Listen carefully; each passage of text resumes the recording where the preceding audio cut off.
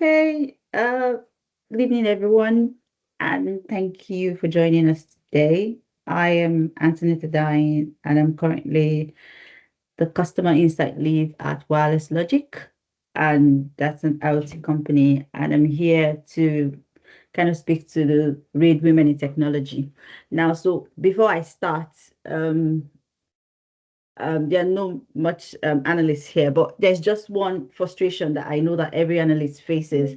And one of the solutions to that frustration is data governance. And that is like, I don't know, one of the main problem is the fact that business decisions or are based off on data that were not entirely accurate. Now, how do I mean by this? So we have instances where different set of people have different definitions of what a metric or a data means or a data point means, and that is a major problem when it comes to analytics. So you go out, you display a dashboard or you give an information, and then everyone is like, this is different from what I have. The product has different team, the marketing have different team, and that's the moment where we have uncertainty, and that is what data governance tries to control. It's not just about bureaucracy or trying to be in control. It's about everyone speaking through the same voice and everyone having the same opinion in an organization. So with that, I will begin. I want this session to be as interactive as possible. So if you have any question or you want to contribute at any point, I could pause so that you do that. Let's just have fun in the next 20 minutes. So data governance, to me, it's not about control. It's more about trust and clarity of your data. So a lot of companies have seen this and they've now decided to invest really well into data governance. So let's look at it from this point of view. So for us that are in data field or people that are actually working in data, so when was the last time that you really questioned the dashboard or a report, like based off of bad data or wrong data? Now, the thing here is that this gets every executive's attention. So companies that invest in, what we know is that companies that invest in data governance reduce data breaches by 50%. And this data is actually from IBM cost of data reports for 2024. So this shows that data governance is not something that we play with. It's something that is very important to every system, every organization. You can't be making decisions based on data that is wrong. And data governance is that pillar that would help set everything straight and make everything right from you from the start of every organization. Now, I move on to the next slide. So where are we now and where were we before? So let me paint a picture for you. In 2020, humanity generated about 64 gigabytes of data. And by 2025, right now, is over 175 gigabytes of data. Zettabyte, I mean to say. This is to tell you the amount of data that is being generated in the world. Now, to put this in perspective, just in case you don't understand the weighing scale I'm talking about, if each gigabyte was like to be like a grain of sand, we will be able to fill the entire Sahara Desert and even have more. That's how big the amount of data that we have currently in the world is. And that's the reason why we are able to train all these LLM models that are able to do more things and better things, because they have so much data. They've been trained on so much data.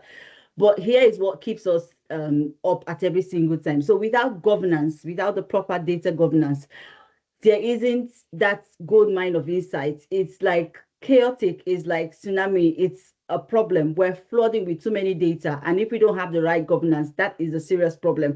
And that's what I want to speak to you about, the hidden cost of this data chaos. What would happen if this data is not properly used or is not properly guided? Now, the hidden costs of data governance. Sorry, does anyone have any question or any contribution at this point? Can you hear me? I think I've just sent a message to send any questions on the chat. So I will let you know when they will have questions. I think Anu is typing at the moment. So carry on with your presentation and I will stop it if there are any questions. If that's okay. Okay. Yeah, that's fine. So the hidden cost of data governance. So what does it cost us if there is data chaos, if there are problems in our data, if there are issues in our data? The first thing is reputational damage. And the thing about this particular cost is that it is not quantifiable. We cannot put a money to it, because if your reputation is damaged in the market, regardless of where you find yourself, it is a big problem. Now let's look at a problem with Mark and Spencer this year.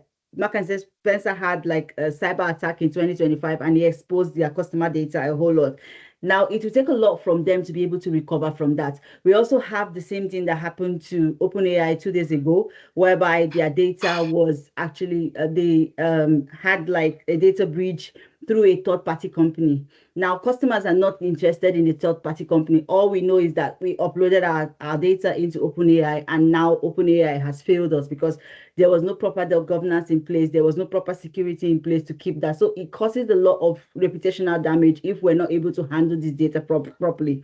And this reputational damage and this issue can also lead to missed opportunities, because people now will be weary of working with you. The third-party organization that had this problem with OpenAI, most people would not want to work with them, and it's an analytical company. So how would I want to go on to give this company my data to do analysis for me if they are not able to handle what they already have? So that will lead to a lot of missed opportunities.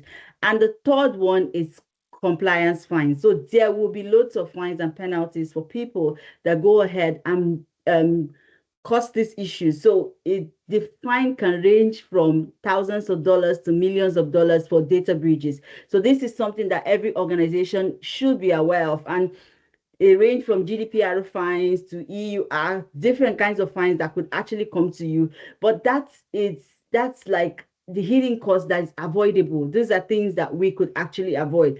So let me give you like real life case studies of some instances where this has happened. So the first one was and these are like big instances. So the first is Anthem Healthcare breach in 2015. So the data breach affected over 79 million individuals, and it impacted 115 million in settlements and loss of customer trust. Now, this is something that they could have avoided that was caused because of lack of proper data governance, and now it's costing them over 150 million in settlements. The second one is Wells Fargo financial scandal. This one an employee created unauthorized account for sales targets. Now, they didn't follow the proper GDPR standards, and they were fined 185 million fine, damaged reputation, loss of customer trust. That's just another example. The third one is from Amazon AI recruiting tool bias. That's also another example that cost Amazon a lot. They got a lot of public backlash, gender exposure, different, and so many things that happened to them as a result of that. And they're still coming out of it, though Amazon is a big company. Yes. Hi, Marta, raise the hand. Yeah, there is one question in the chat. Not sure if you can see it. No, I can't. Would you have anything about the impact of AI, data governance, and is there something currently being done? The impact of AI, sorry. The question was asked by Anu. Anu, would you like to share your question? Yeah, the one of the thing is, I mean, data governance, I know it's been there for quite a long time as well, right? So right now with the adoption of AI, lots of data is being kind of like, people are sharing, I would have to say I'm doing the same as well. People are sharing lots of their personal data in ChatGPT or, you know, any kind of those Gemini AI platform right now. And from my perspective right now, obviously, when I look at the companies who are running this platform, would you have any data? What are they currently doing right now? And how safe are those data currently? I'm not expecting you have something, but at least if you would have some light, you know, to shed some light over there. Yes, so what I always say is that whatever you share online with those large LLM companies should be something that you're willing to lose, should be an information that you're willing to go public. Because regardless of how much they tell you that it is safe, it is secure, it's not actually. You're using your data to train and retrain the model. Whatever you're feeding in is actually making the model better. So at some point, there might be some data leakage, there might be some data breach. I'm just giving you an example. 2 days ago, I got a mail from OpenAI telling me that there has been a data breach on some of their customers. They are still trying to investigate it because there was what a third-party company, I can't remember the name of the analytical company, had a cyber attack, and because of that, the data, because they had like a plugin to OpenAI, and because of that, some of OpenAI's customers have been affected. They don't know the number, they don't know who has been affected, but there was that effect. So that's something that we all need to be careful about. Whatever you share on system, if I know AI could do some analytics, but you could just go ahead. If you must use it, you could go on to just put the column names. You don't have to put specific customer information, because you might think you are safe. You might think you're doing that and it's okay, and something happens tomorrow, and then it's through you that every customer information is out there. I know it happened to Gemini. Was it Gemini or one of them also had the same issue where a developer uploaded something that they were not supposed to upload into the large language model system, and that information actually got leaked. So yes, it's a big thing. It's something that's happening right now. Everyone is using LLM, but if it's not an information that you're willing to lose, or it's not information that you know that is public or already out there, I don't think you should be sharing that with any LLM. I hope that answers your question. Yeah, I mean, I do see that, right? It's just that I'm just trying to figure out right now what are organization doing from their side, right? I mean, I know you spoke about GDPR as well, right? So it's more data protection. Because at the end of the day, consumers are kind of like any individual just sharing data, knowingly or not knowingly, right? But that's fine. That's fine. I do get your view on that one. Thanks. Really appreciate it. Thank you. So I can carry on now? Yeah, carry on. There are no more questions. Okay.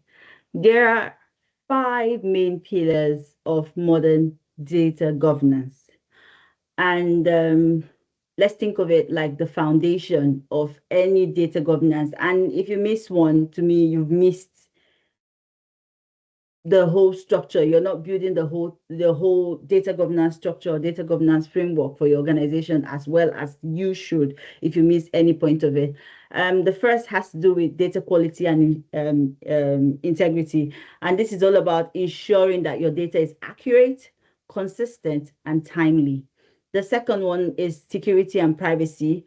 You need to protect your data while enabling appropriate access. I always like to say this: data minimization. You only allow you only allow individual access into the data. Don't give people too much access into data. If they just need to know the customer name, limit it to the customer name. If they need to know the customer's phone number, limit it to that. Always make sure that you're giving any analyst, anybody as little data as they need. If they need more, they could come to you for more, but don't give more than you should.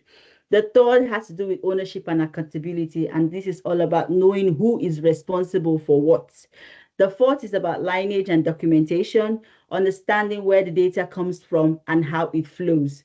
And lastly, ethics and responsible AI. This is the newest pillar, but arguably the most critical, which is about the question you just asked. So we'll go through all this in a little bit more detail so that we get where we're coming from. So the first one is data quality and integrity. Now you have, for every organization, you need to establish data quality standards. So I use a simple framework for myself: accuracy, consistency, and timeliness. If the data fails any of this dimension, it means that it fails your business. So the first thing you want to do is start with an audit. I guarantee you 9 out of 10 times you find a lot of surprises when you do this. So I've once worked in a system where everyone think that we're collecting the right data. And then when I went on to like audit the trail of the data, we discovered that at some points there were some breaches because some people were not feeling what they were supposed to feel in our data collection process. So always make sure that you're auditing the process end to end. How are you getting the data? So you understand what is happening. Also measure data accuracy. How complete is the data, the completeness of the data. Consistency over time. You want to make sure that all these things are in place for your data framework to ensure data quality and integrity.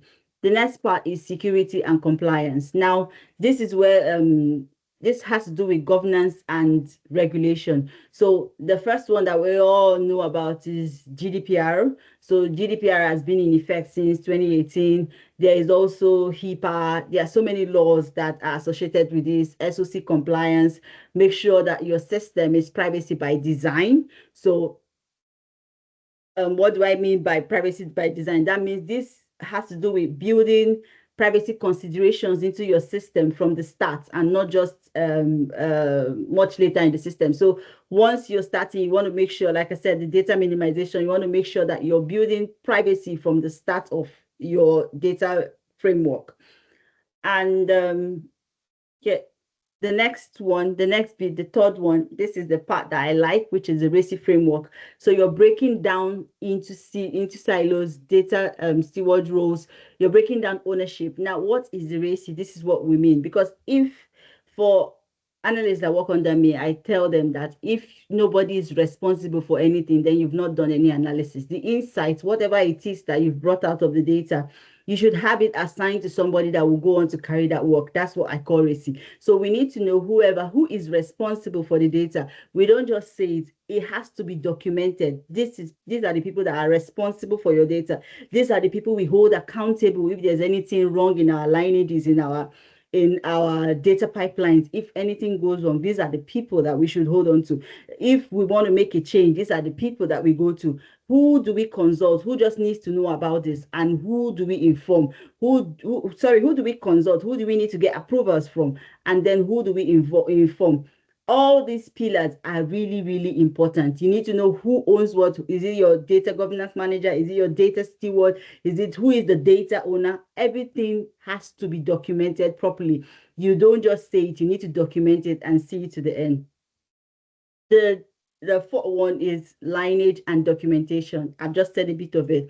So from your metadata, which is when someone asks, where is this number coming from? You want to make sure that everything, the property, the origin, the movement, what the data does, what is the data used for? You want to make sure that you have that in your data lineage. Where is it coming from? What is it dependent on? You want to make sure that everything is well documented so that if there's a problem, everyone would be able to trace back that problem. And the second thing is, if the person who has written this leaves the organization, you don't need that person to continue functioning. So you could pull up the documentation and use it and resolve any issues that you have. So that's the reason why you need to document every process, every owner, what depends on what table fits on what, where is it coming from, how long does it take to refresh. All this information has to be detailed and documented for you to have a proper data governance framework. And the last one, ethics and responsible AI. So lastly, you need to make sure that your data actually considers bias and is addressing it. Is addressing gender inequality as much as possible, and you're not introducing bias. So if you're doing surveys and you discover that, oh, you're getting more men respond to your surveys than women, you need to check, is the fault from you or that's just your kind of market? You need to make sure that you're doing these checks as regularly as possible, because sometimes most people don't even plan to have bias introduced in their data. It just happens. So if you don't check, if you don't follow up, you will not be able to know that this has happened. So that is something, that's an example is for the Amazon recruitment story that I mentioned earlier on, is what happens when you don't look at bias. So is what happens when you don't follow through with bias. So you have a situation where a recruitment framework is favoring one race over the other, which is not something that's supposed to happen, but is something that was not picked up from the data. If someone had gone in to find out what was happening based on ethics and responsible AI, they wouldn't have been in that problem. So that's something that you want to make sure it's in place in whatever data governance framework you're putting in place. And any questions now? Any questions, any contributions? We have no new questions at the moment. Okay. So what do I advise any team going to it? It's not something you rush.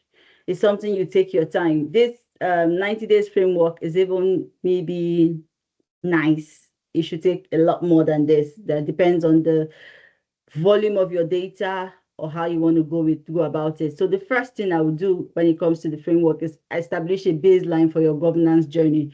So first of all, conduct a data inventory. What do you have already existing? What do you have? Because sometimes it's not about building from scratch. You can build on top of what you have. So what do you have that is already working for you? Then you map out the data flows, map out and lineages to understand how the data is collected, how it is transformed, how it is used, what table fits on what table, which table fits on the other table, which one do you use for which pipeline. You need to understand how these things relate to each other and document them properly.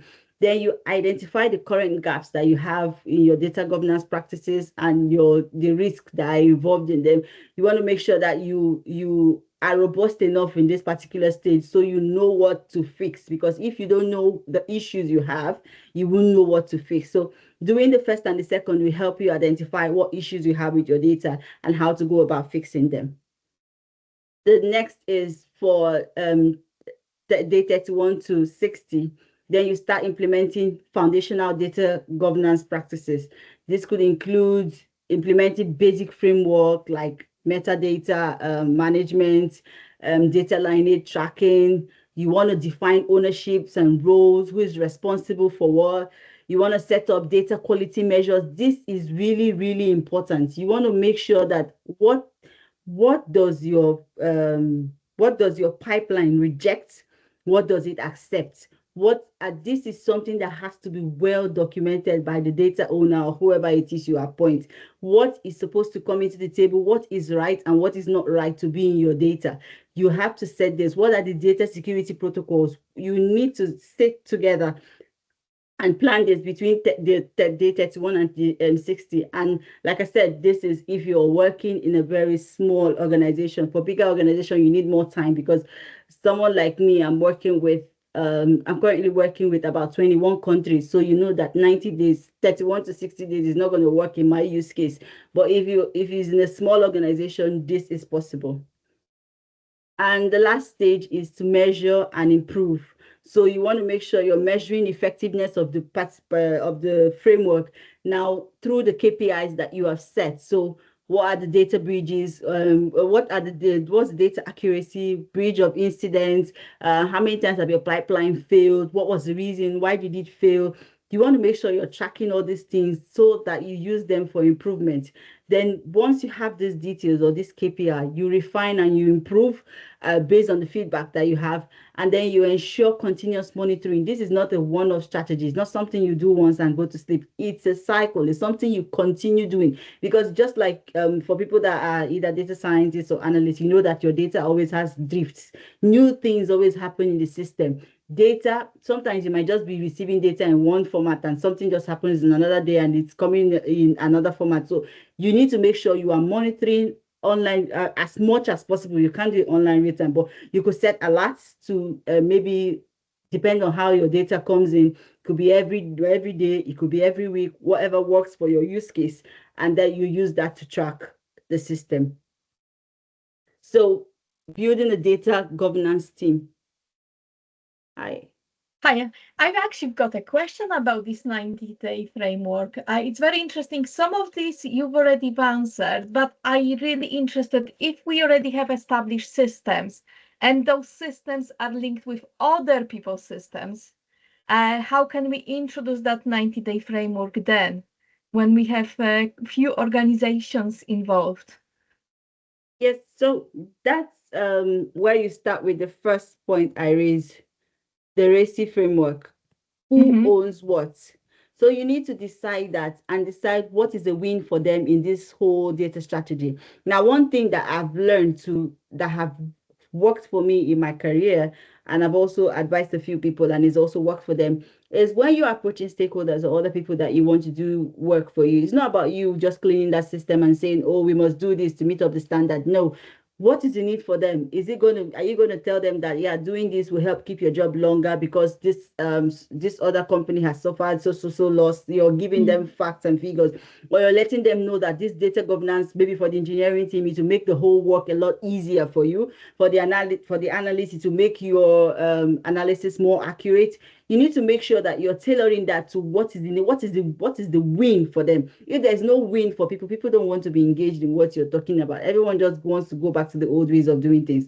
So once you're able to assign those wins to them, you will see that most people kind of warm up to you naturally to want to like achieve that goal with you. But if you're looking at it only from your perspective, you think, oh, this is for the organization, so they should be interested in it. No, they won't. And they are going to frustrate that effort if you don't do something about it. So that's how I always frame it. It's about bringing them together through RACI and offering them something through a what is in it for you strategy. And it usually works for me. Thank you. I think that's kind of clarifies it. I think Anna wanted to add something. No, it's just that I say when I'm looking at this, I really like the RACI model because that's a very good framework to start as a starting point, right? Because one thing maybe I should, I would have asked it later, but just something also I wanted to know. Obviously, now when we work with data, right, it's like sometimes you even have the feeling that the whole organization is part of it, right? You have IT, you have finance, right? And in that respect, at least from my perspective, when I used to work before, we used to work compliance as well. So my question is that right now, I mean, do you kind of like, as part of your RACI, would you also involve team outside your remit of where you sit, or it will be only within that team that you're working for? No, I involve everyone in my own case, because if the insight I want to produce will benefit the product team and they sit outside the insight team, I invite them.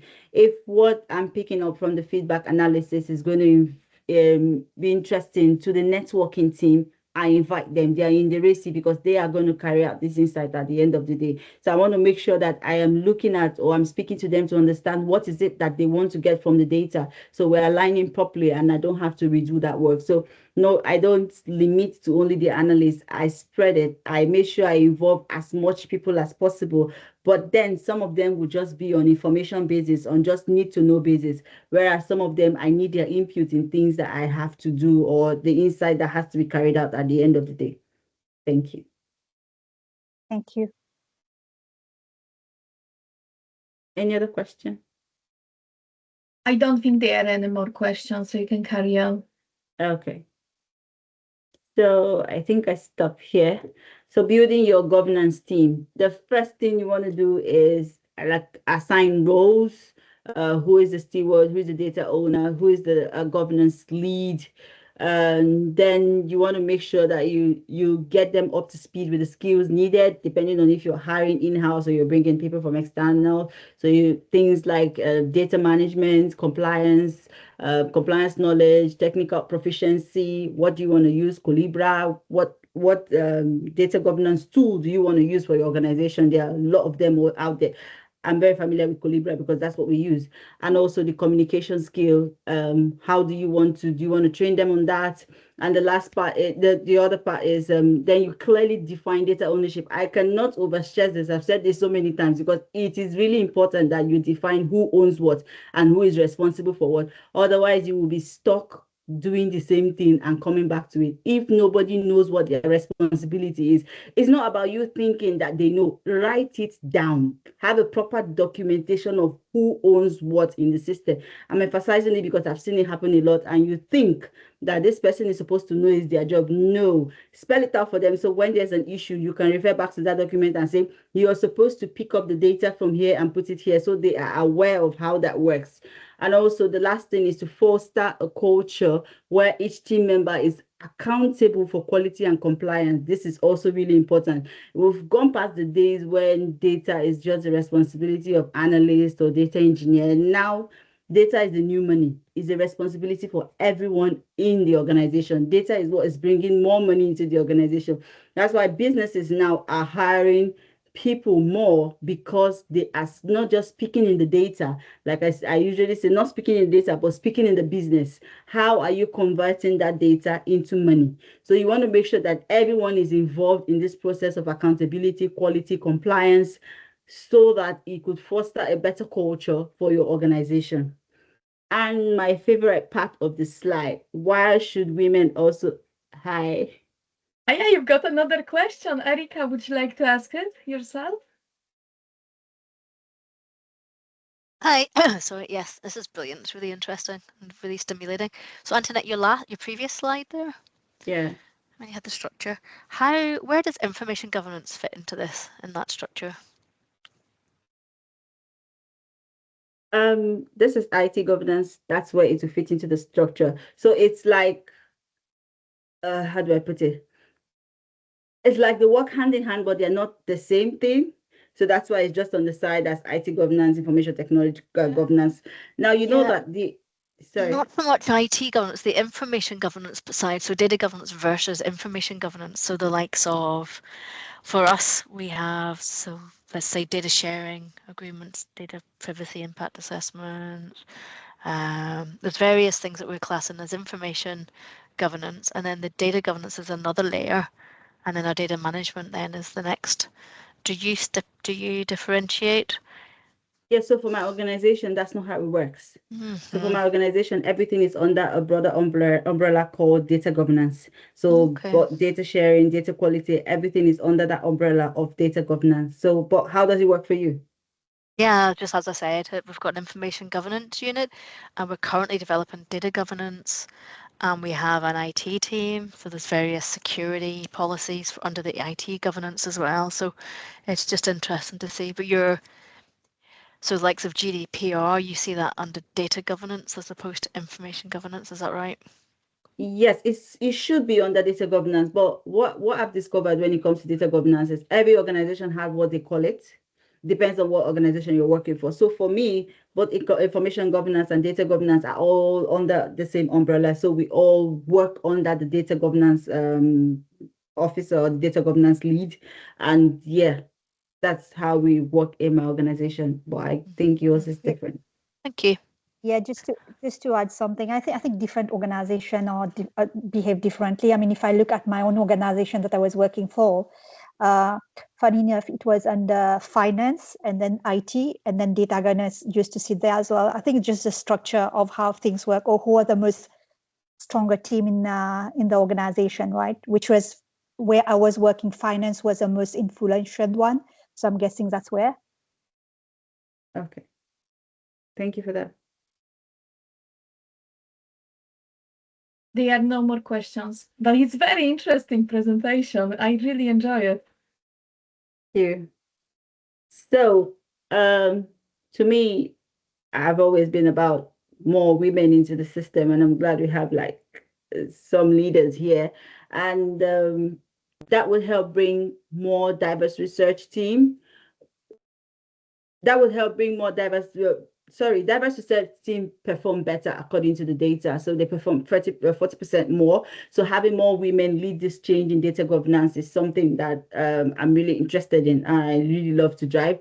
And the second part is that it will help reduce bias, because women-led team have fewer data error. Now I'm just being biased here to what I'm a woman. So promoting more accurate decision, because we help also in making it more thorough. And then the third part is about being competitive at the advantage. So diverse leadership in data governance leads to better innovation and also compliance outcome. And that's the reason why I am preaching for more women to help lead this change and come into this area and make sure that we're driving data governance at its full. And lastly, just some few points, just in conclusion, is to establish the data ownership, the RACI model, like I've always talked about. Implement data quality standards from day one. Understand what is a standard, what is standard for your organization, and make sure that is implemented as much as possible. Document data lineages end to end. What is leading to what depends on what. You need to document it. Build privacy by design in all processes. In everything you're doing, it should be privacy by design. Otherwise, you might be fined for things that you did not plan for. And lastly, conduct regular audits and measure KPIs as much as possible. Make sure you set out the KPIs that look like a win for the entire team, and measure that as much as possible while you go through your data governance framework or process. And with that, I am done and open for questions. I have references to some of the things that I use, so in case anyone wants a reference to it. But I'm now open for questions. Thank you so much for listening to me. Any Hiya. questions? I just wanted to say this presentation was amazing. I'm sure many people who are going to watch it later will also ask for it. Is there any way we could have a PowerPoint presentation so we can share it on our platform, Sure, I can send it especially to you. with those references? I could send it to you. That's fine. Yeah, that would be lovely. Thank you. I know you've got also a question. Yeah, I have to say this presentation was really good. I really enjoyed it. And one of the things, I think that if we can go back to your previous slide, there was one thing in terms of the auditing you mentioned, right? Yes. And I'm just have a question right now. Who would normally conduct regular audit? I mean, I'm just trying to think, where I was sitting in my organization, data analytics and strategy, right? So we were not doing any kind of audits from our side. It was always compliance that will come to us and do this kind of thing. And from your perspective, I would have liked to know in your organization how it works or how you see it working also in the future. Yes, so we used to do that which you did, which is just have compliance, do some auditing, but it did not work in the long run. So what we do now is to have an auditing squad. So we have different people from different teams that have been appointed to, and they come together and they're like a squad and they're checking different things, just aside the whole data stewards and data owners and different people in the team that deal with the data. But we also have scores that we've brought up from different areas. Now, the reason for this was because certain times we'll have different people from different groups questioning certain quality of the data. So we wanted them to be able to like feel this firsthand. So if you're able to like query this data or query this process from the roots, you will be able to solve and know what it is that suits your team better. So that's the reason we brought together this squad. So this data squad meets like maybe once, I think right now they meet like once in 2 weeks, but they have some alerts in place in the system where all of them get, if there's maybe a data breach or data that's supposed to come in one format and it came in another, or there's an issue with the pipeline, they all get the alert. It's not all of them that go on to solve it, but they all receive the alert, so they have something to discuss when they come up to the next meeting. So that's how we handle it for my organization. Thank you. Okay, thank you. One last question, and then I will keep quiet. And, how often do you do regular? How often is regular audits? Is it like once quarter, by yearly? Like I said previously, the squad meets every 2 weeks, but for a full audit, we do it quarterly. But Okay. because when it comes to data, we don't want to give that long gap, so we meet every 2 weeks to discuss issues that have come up in the data. But the full audit is quarterly. Thank you. Quarterly. Okay. No, thank you. It's good to know. Any other question?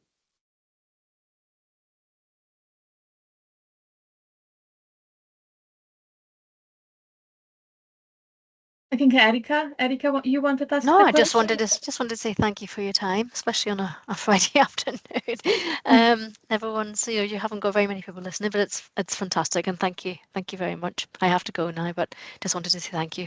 Brilliant. Thank you so much for attending. Thank you. Okay, bye. Thank Bye. you. Yeah, thanks a lot. And Antoinette, yeah, I would like to catch up with you separate onto one-to-one. I really love what you just did now, and also maybe to discuss some other things as well. Okay, that's fine. You could. I think there is one more question from Belgium. However, Okay. I just wanted to let you know that I've sent LinkedIn, Antoinette LinkedIn, if you want to connect with her as well. Okay, I will do that. Thank you.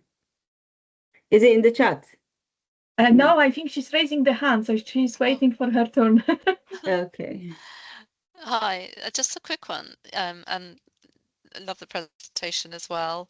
I always think the challenge with this is going to be the RACI and getting those data owners. Like, how do you so say, here's a customer data. If you can't find a customer owner right from the very top, if customer is owned by different business units all over it, that to me seems to be the most challenging bit, is getting people to come forward to say, I'm going to be a data owner with all that it means. And it probably is much harder in a federated model where different entities have their own versions of data, and that's probably precisely why we're doing this data governance activity in some cases, isn't it? So Yeah. just curious to understand, to know what you might recommend there. So to me, I completely agree with your question, because the main problem is getting everyone together to see things from the same perspective, because sometimes you find out that people have different definitions of different metrics, and that's what causes a lot of problem. But what I would do, or in my own case, what we do is have the head of the department appoint someone. So you work for the organization, we all have to be responsible for the data. So if there's someone in the department he wants us to work with, if there's nobody, then he or she has to work with us, so that we get the whole data from, because everyone wants to be speaking from a single source of truth. We don't want to have different metrics and come into meetings, and then we have this one thinks that an active customer is someone who did not buy for 6 months, and the other person thinks it's someone that has not bought for 3 months. We all need to have these definitions in place and properly documented. So we have to appoint someone. It's not something that we're doing because we want to. It's something we're doing because we must do it, so that we don't incur any compliance fines or have the reputational damage or any issues. So yeah, well, our approach is approaching the head of the department to give us someone from his team or her team as the data leader or the data owner. Then we can work together that way. That's how we do it. Thank you. Thank you. Thank you. Any more questions? I know Victoria just came in, but if you want to ask any questions, you are very welcome as well.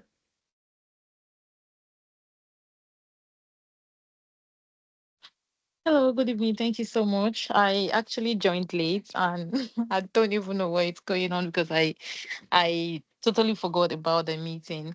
So I'm just asking if I can get the presentation slide so I can go through what was taught and maybe I can derive some insights and learn.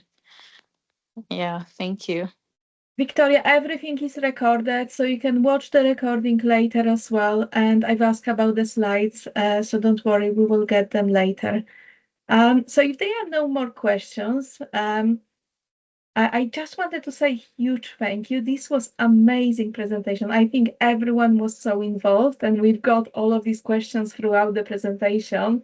So that means actually everyone was actively listening. And I just wanted to say, I have absolutely amazing weekend, and we hope maybe we could organize more lunchtime talks as well, just to talk about the data and see whether we can help each other with the data. Let me know if that works with anyone. Okay, that's fine. That works for me. All right, that's fine then. Have a great weekend, you too. Okay, so if that's all, I will close the call, and everyone have a lovely weekend. Thank you, You Antoinette. too. Bye. Thanks. Bye. Bye bye.